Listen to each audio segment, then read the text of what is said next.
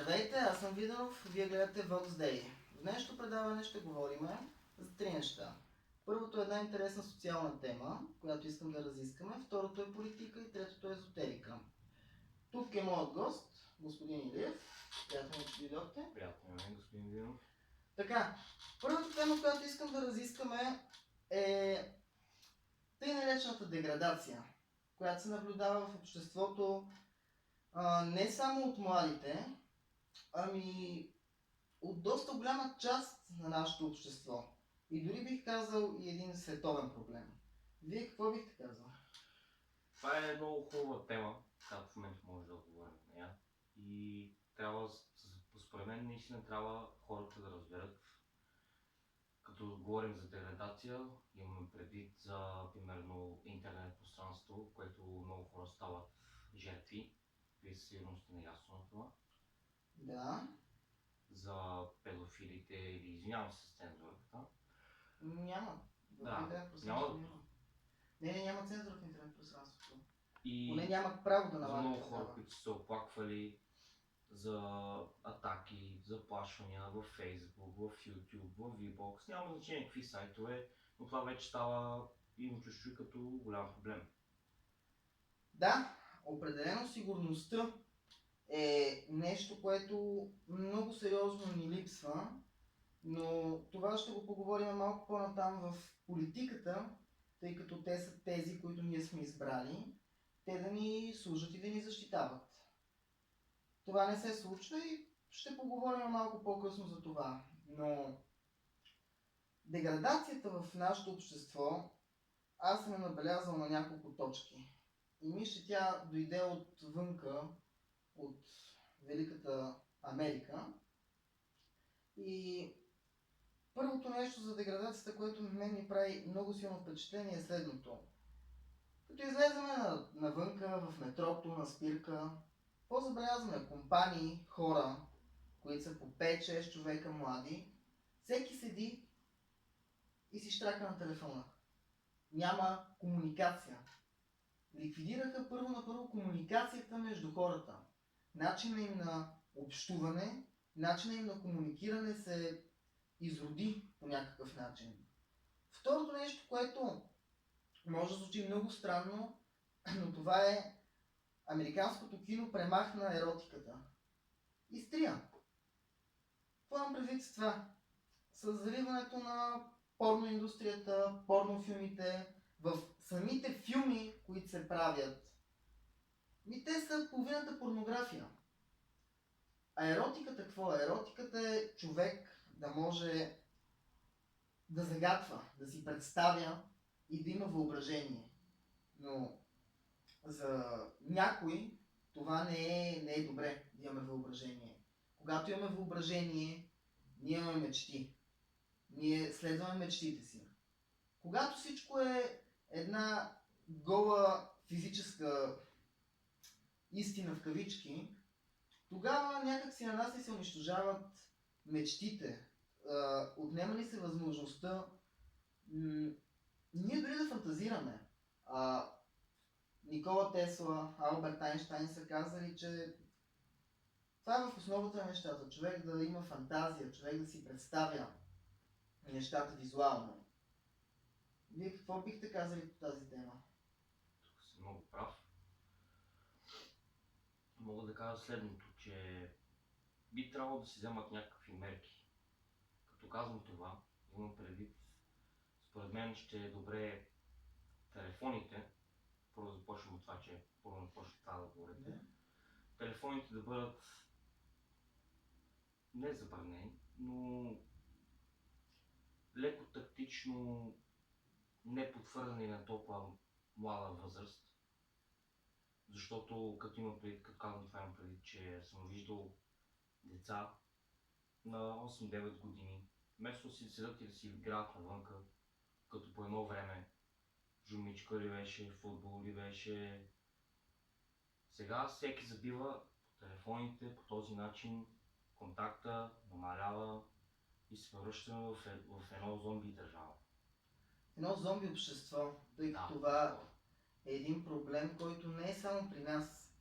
И да, намаляването на контакта и достъпа до тези телефони, може би наистина би направил много. Но тук идва и следното. Телефона в началото беше колкото да комуникираш с някого. Да се обадиш, да ти се обадят, SMS да напишеш, калкулатор, календар, там най-необходимите екстри. Дали само заради пари взеха да развиват индустрията с те наречените смартфони и хилядите добавки, които им сложиха. Интернет, фейсбуци, твитъри, инстаграми, там каквито още неща могат да съществуват. Дали само пари, дали само за това го направиха, или това е едно много по-мащабно нещо. Тъй като когато навържа всичките точки, които поставих аз за деградацията в моята работа, която до 1-2 дена ще бъде публикувана в YouTube канала ми, като се навърже всичко, тогава изглежда като един много, много добре измислен и подреден план. Телефоните, зомбирани пред тях, киното, което бълва само единствено едни напълно физически ценности, убива всякакъв вид въображение в човека. Това, че ни карат в една свободна държава, ние да се страхуваме. Да не смеем да изразяваме напълно нашето мнение и недоволство към нещата. Те се опитват да ни превърнат в едни овце. Буквално. В едни овце, които като телевизията каже нещо, ние трябва да го правиме. Когато в интернет се появи някоя новина, хората веднага вярват на нея. Никой вече не е свикнал да си проучва източника от 3 места, да види тази новина дали е вярна. И тук идва едно много интересно нещо, което аз поне не разбирам. Може в коментарите да го напишете, ако ви имате някакво обяснение или идея. Някой казва, че дадено нещо е така, че Земята е кръгла, че на Марс няма живот. Хиляди неща, които вие никога не сте виждали. Ако аз сега ви кажа, че мога да полетя тук, вие ще ми повярвате ли преди да го видите с очите си как аз политам? Ами не, няма да ми повярвате. Защо трябва да вярваме на нещата, които ни се набиват от малки в главата? Казват ни, човек живее до 100 години. Дали не живеем до 100 години и по-малко вече, поради проста причина, че просто от малки ни кодират в главата, програмират ни, че ние повече от 100 години не можем да живеем. Дали това не е една много добре изпипана социална система, в която чрез едни прости команди ограничават нашето съществуване? Вие какво бихте казали по темата? Господин Виденов, аз сега искам да задам няколко въпроса към зрителите. Уважаеми дами и господа, някога замислили сте, примерно, когато нещо ви се случи лошо, карма, продължава много време, и си говорите, и си казвате, защо се на мен ми се случва, нали така? Ако ви случи нещо хубаво, ви се радвате, но в следващия момент пак примерно се случва нещо лошо. Замислите ли се дали има някаква причина или всъщност е написано за да бъде така? И като го имам предвид написано, говоря под код. За тези кодове мога да ви разкажа много, понеже... Друг път ще е това. Но нека да не си пускаме всичките карти на масата, както се казва. Замислите ли се, защо всъщност сте тук? Защо всъщност сте тук на тази планета? Дали имате някаква цел? Дали трябва да направите нещо? Или просто забивате пред телефоните и за вас това е по принцип много важно?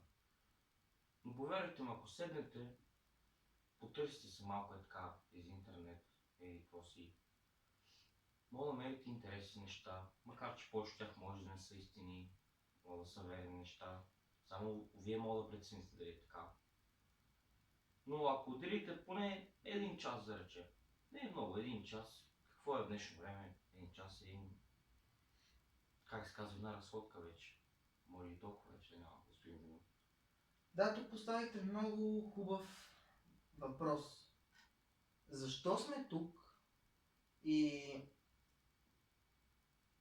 каква е нашата цел? Дали всичко е написано или ние сме тези, които пишеме нашата съдба? Или просто има едни матрици, едни прототипи, с които с всеки наш избор ние влизаме в един от пътищата. Като онези лабиринти, едно време, с които сме играли с вас като малки, и може би новите поколения не ги знаят. Със всеки избор на пътя ти отиваш или към финала, или към задънена улица. Дали животът ни не е един такъв лабиринт, но лабиринт от решения, които ние правиме почти ежедневно в живота си. И следващия въпрос, който зададохте ви, беше интересен, е това: защо все по-малко и по-малко се интересувате? Нима е по-важно да пиете по една бира, да седнете да гледате новините, за да разберете кой е умрял и какво ще са ви дигнали като данък? Дали е по-добре да... Не знам, не искам да бъда груб към някои зрители, но дали е по-добре да си запалите една цигара с различни вещества, или пък малко да се замислите вие защо сте тук, какво правите тук, защо ви се случват лошите неща в живота, не да обвинявате някого за вашите злочести случки, а да погледнете вината в себе си, и то не е, че вие сте виновни, а да помислите вашата идея, вашата чест, вашата душа какво казва. Пътя, по който трябва да тръгнете, е вътре във вас и вие само трябва малко да помислите. Защо е по-лесно да седнем пред телевизора, да гледаме някоя комедия и да си говориме за какво е направил Халайфа на България, който е... няма да го коментирам. Или е по-важно да седнете и да поговорите за коя партия трябва да се гласува? Има ли смисъл да се гласува? Какво ние като граждани трябва да направиме? Обръщам се към по-младите тук. Ами, с повечето, с които разговарям, изобщо не ги вълнуват такива теми. Това е плачевно. Тази държава... Извинявам се. Тази държава е вашата държава. Тази държава един ден ще храни вашите бащи и майки, които ще са пенсионери, вас, децата ви и внуците ви. А тази държава в момента не е никак добре. Защо вие младите, вместо да казвате мен това не ме интересува и може би е по-добре да се напие някъде или да се напуши някъде, извинявам се за... Не, вие сте тук много прав, няма защо се извинявате. Не искам да обида просто една част от зрителите, но пък трябва по някакъв начин да се стигне до тях. Защо просто не помислите малко? Какво трябва да направите вие със самите себе си, с вашата душа, как да се развиете вие, да поправите вашите грешки, да тръгнете към по-добро и след това как вие може да направите нещо за тази държава, в която сте родени. И не само за вас, а за всички. За близките ви, за хората, които обичате. Това аз недоумявам, но го дължа на, на тази деградация, която настъпва все по-бързо и по-бързо. И за съжаление не е само към вас, младите. И към доста възрастни вече настъпва тази деградация, която не знам дали изобщо може да се спре вече. Ако вие не се осъзнаете, тя няма да може да се спре. И тук се сещам още нещо, когато казах, че всичко ни е един програмен код. Защо на цигарите сложиха онези отвратителни картинки с всякакви болести и изручтини буквално? Ами, това е една травма, бе. Може да губите някое предаване в телевизията за дадена картина, за дадена снимка. СЕМ може да си позволи да раздава глоби, но никой не се замисли, че тия картинки седат най-отпред на витрините на магазините, виждат ги малки деца и това нещо им се насажда в главата. И не им се насажда в главата, че това става от цигарите. Тези картини им се насаждат в главата. Съсипват психиката на тези деца трайно. И ако някой политик или експерт, колкото може да се нарече някой в България такъв, от тези, които ги правят тези картинки, ми каже, че това е за добро. Не. Драги зрители, това не е за добро. Това е продължението на плана с деградацията, за да могат да ни изкоренят. И не като нация, като раса. Вие какво бихте казали по въпроса? Господин Винов, аз мога да кажа, че от тези картинки, от личен опит, когато ги пуснаха, не ми направиха много голямо впечатление. Предполагам, че на половината хора, които са пушачи, също не им направи много голямо впечатление. Обаче, повечето ми приятели, като видяха тези картинки, отказаха се да пушат. Така аз разбирам, че тези картинки са имали идеята да спрат цигарите, да не се пуши повече заради картинките, понеже ще стана гадно на картинките гледаш умрял човек с извинение или разбито сърце. Имаше и картинка на крак тук. Да, нали, да не говорим, то направо като стане отвратително. Обаче тези картинки влияят, както вие казахте, не на пушачите, ами на околните. На децата, на по-малките, даже някои хора с слаби сърца. Както и слаба психика. И слаба психика, точно така. Просто Извинявам се. не е правилното решение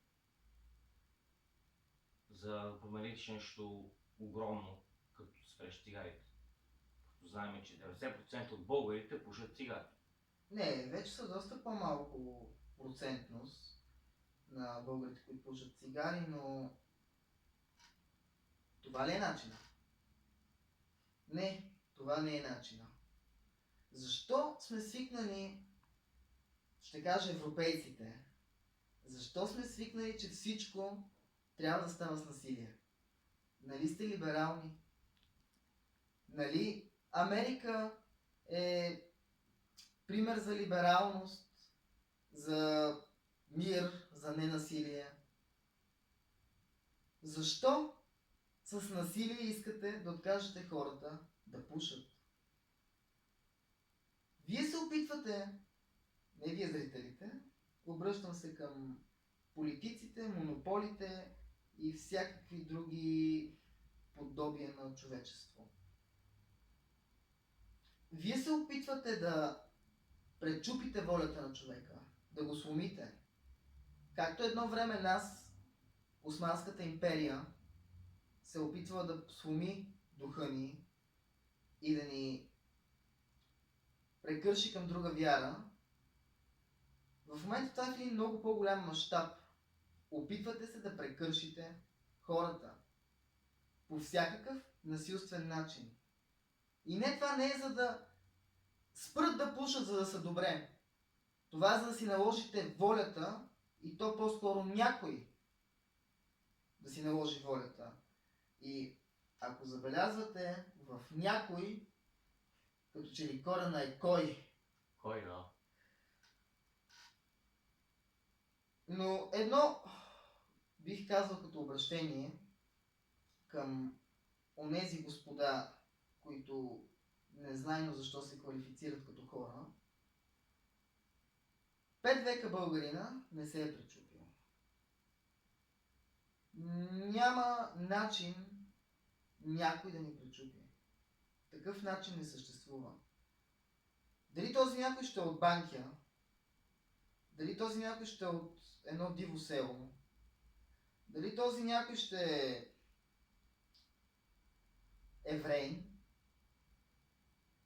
няма как да стане. Българина не се пречупва. Искам младите, които ме гледат, да го запомнят много добре това. Ние не се пречупваме.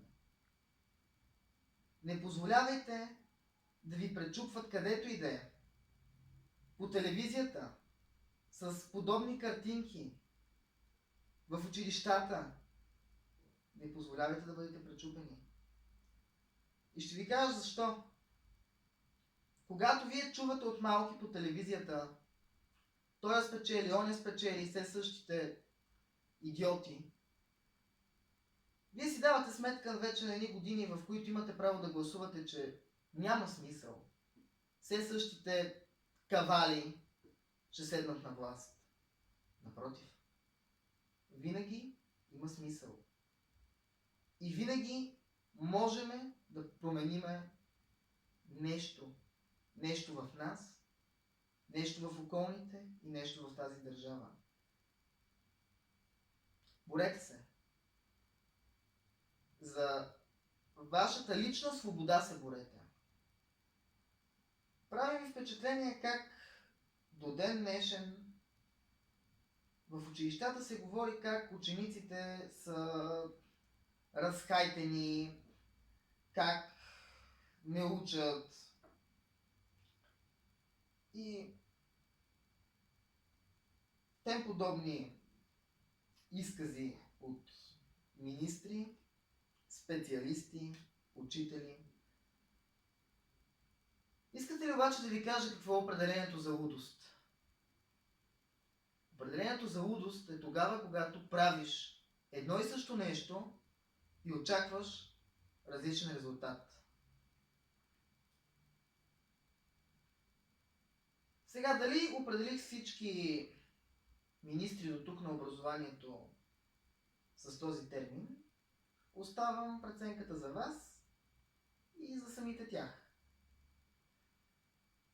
След като толкова години системата е една и съща, няма как да има различен резултат.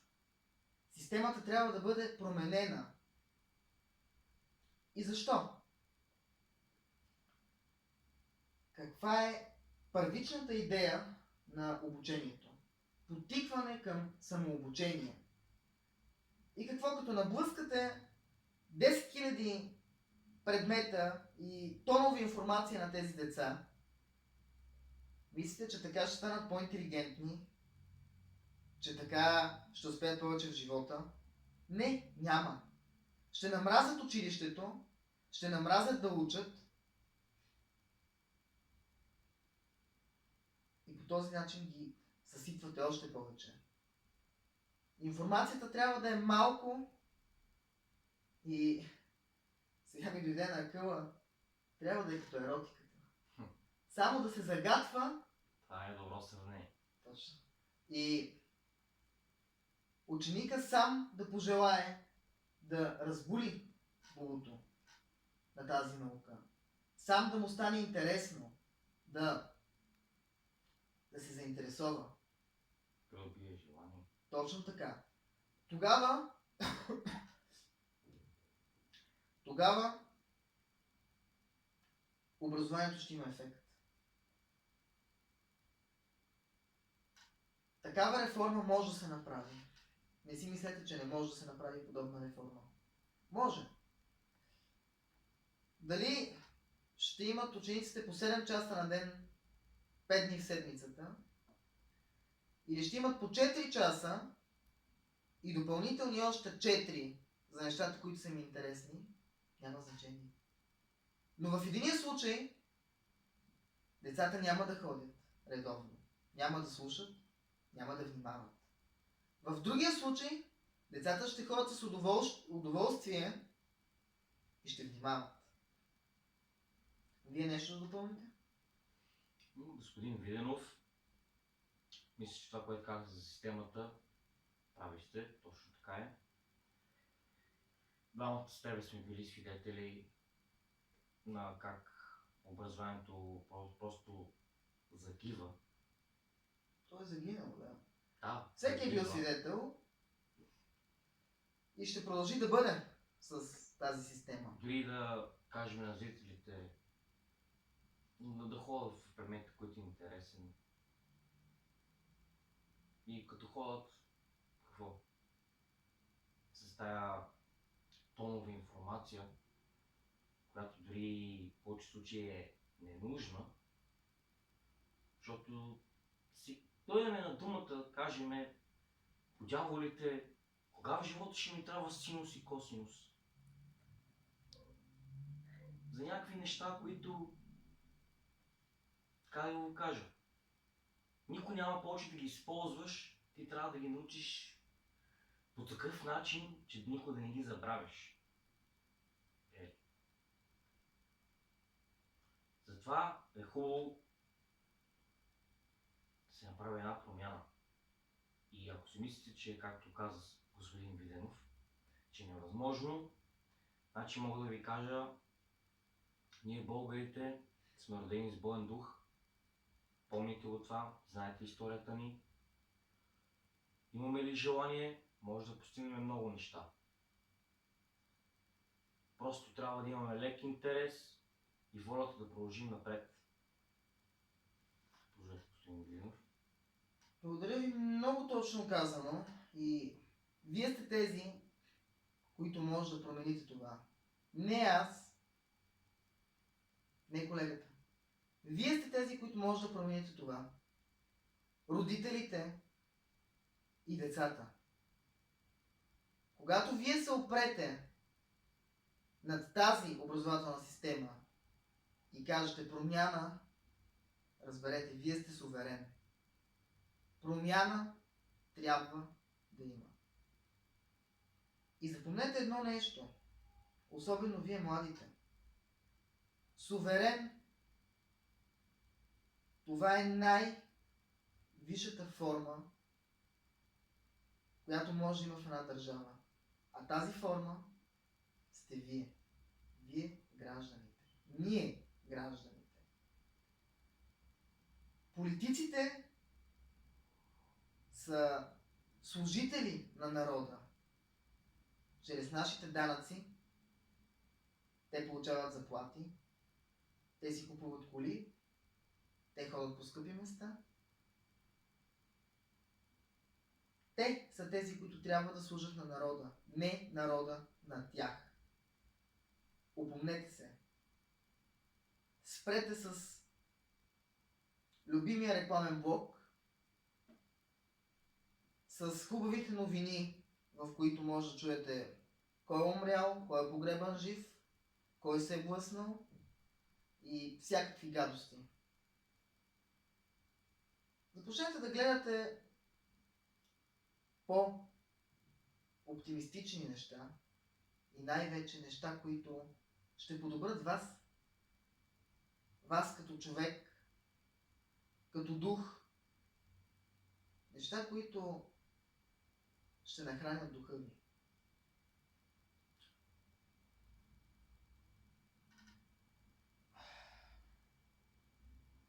Деградацията е много сериозна, но никога едно нещо не може да бъде толкова сериозно, че да не може да бъде спряно. Дори смъртта. Тук искам сега да поговорим за това хората чувстват ли се в безопасност. В безопасност в киберпространството, навън и дори в домовете си. Държавата дава ли поне минимална сигурност на народа?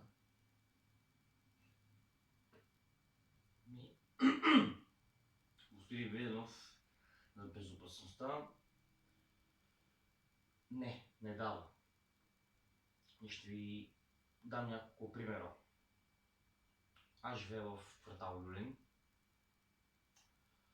В Люлин доста често се случват грабежи на апартаменти, на коли, на хора, убийства и прочее. Затова отговора ми е не. И това продължава постепенно, повече и повече. Господин Винов, това ако не се спре, според вас докъде